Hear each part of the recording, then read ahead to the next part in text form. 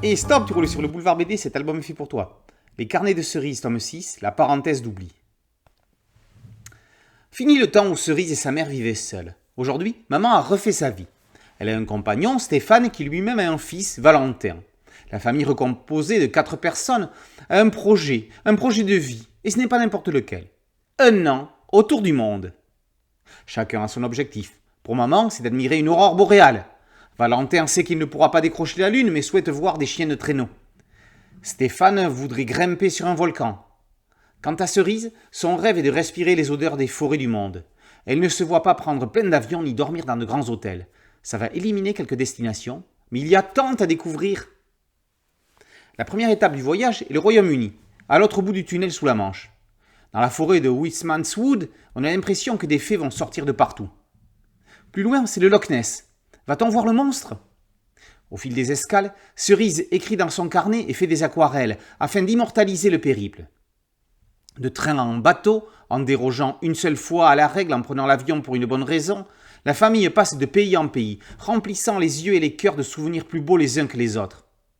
Une odyssée dans les fjords, une nuit magique au cercle polaire, les meilleures pizzas de tous les temps en Italie, la forêt amazonienne sont quelques escales du voyage. Au milieu de tout ça, en Afrique du Nord, une très belle surprise attend Cerise. Après avoir bouclé la trilogie Lulu Nelson, Aurélie Néré retrouve son héroïne fétiche 6 ans après, comme si elle l'avait quittée la veille. La série a entre-temps changé d'éditeur. La maquette n'a pas bougé, ni d'extérieur ni d'intérieur. Les planches de BD alternent avec les pages des carnets de Cerise, donnant à soi-même lecteur l'envie de sortir ses crayons aquarellables. Au scénario, Joris Chamblain fait évoluer le monde de Cerise, comme évolue fatalement d'une façon ou d'une autre celui de tout enfant qui grandit. Pas d'embrouille dans la famille recomposée, on est dans du total feel good. Ça n'empêche pas Cerise de se poser des questions sur le monde en rédigeant un manifeste à la fois féministe et écologiste. Les carnets de Cerise se rouvrent pour de nouvelles pages. Cette parenthèse d'oubli permettra à la jeune fille de mettre de côté les problèmes. Mais ce sera aussi pour elle une parenthèse enchantée qui va l'aider à grandir en ouvrant les yeux sur le monde.